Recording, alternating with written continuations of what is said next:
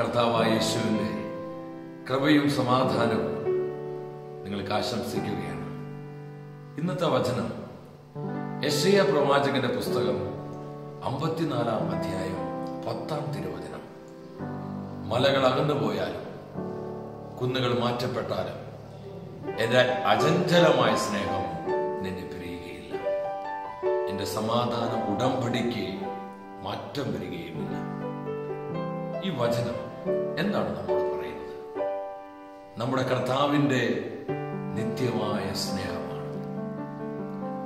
ദൈവമക്കൾ വളരേണ്ടത് കർത്താവിനോടുള്ള സ്നേഹത്തിലാണ്.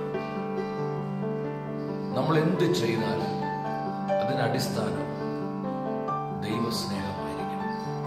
നമ്മുടെ വ്യക്തിപരമായ ജീവിതത്തിലും കുടുംബ ജീവിതത്തിലും നമ്മുടെ സഭാ സമൂഹങ്ങളിലും കൂട്ടായ്മകളിലും തൊഴിൽ മേഖലകളിലെല്ലാം കർത്താവിന്റെ സ്നേഹത്തിൽ കത്തിച്ചൊലിച്ച് അനേകർക്ക് ഒരു അനുഗ്രഹമായി നമ്മൾ ജീവിക്കുക. നമ്മുടെ ജീവിതങ്ങളുടെ കർത്താവ് പറയാണ്, എന്റെ സ്നേഹം ഒരിക്കലും അവസാനിക്കുന്നതല്ല. നമ്മൾ ആരും നിരാശരാകരുത്, അസ്വസ്ഥരാകരുത്. ജീവിതത്തിന്റെ സകല ദുഃഖഭാരങ്ങളെയും കർത്താവിന്റെ പരിശുദ്ധ ഹൃദയത്തിലേക്ക് സമർപ്പിച്ച് ഈ വചനം നമുക്ക് തരുന്ന ഉറപ്പിൽ പൂർണ്ണമായും വിശ്വസിച്ചുകൊണ്ട് നമുക്ക് പ്രാർത്ഥിക്കാം.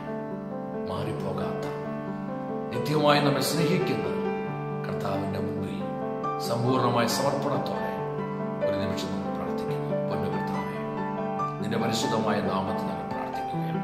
ഞങ്ങളുടെ സ്നേഹത്തിന്റെ അഭിഷേകം പതിനായിരങ്ങളിലേക്ക് പകരണമേ. പരിശുദ്ധാത്മാവേ, ദൈവസ്നേഹത്തിന്റെ ആത്മാവായ ജനകോടികളിൽ കത്തിപ്പടരണമേ. ഞങ്ങളുടെ ആവശ്യങ്ങളിൽ, ഞങ്ങളുടെ നിയോഗങ്ങളിൽ അത്ഭുതങ്ങൾ പ്രവർത്തിക്കണമേ. കർത്താവെ, കരങ്ങൾ നീട്ടണമേ.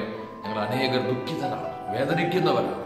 ഞങ്ങളുടെ വേദനകളെല്ലാം എടുത്തു മാറ്റി നിന്റെ സ്നേഹത്തിന്റെ തീപന്തങ്ങളായി ഞങ്ങൾ ഓരോരുത്തരെയും ജ്വലിപ്പിക്കണമേ. Lord bless, anoint in the name of Jesus. ഈ വചനത്തിന്റെ അത്ഭുത അഭിഷേകത്താൽ നമ്മെ ഓരോരുത്തരെയും കർത്താവ് സമൃദ്ധമായി അനുഗ്രഹിക്കും.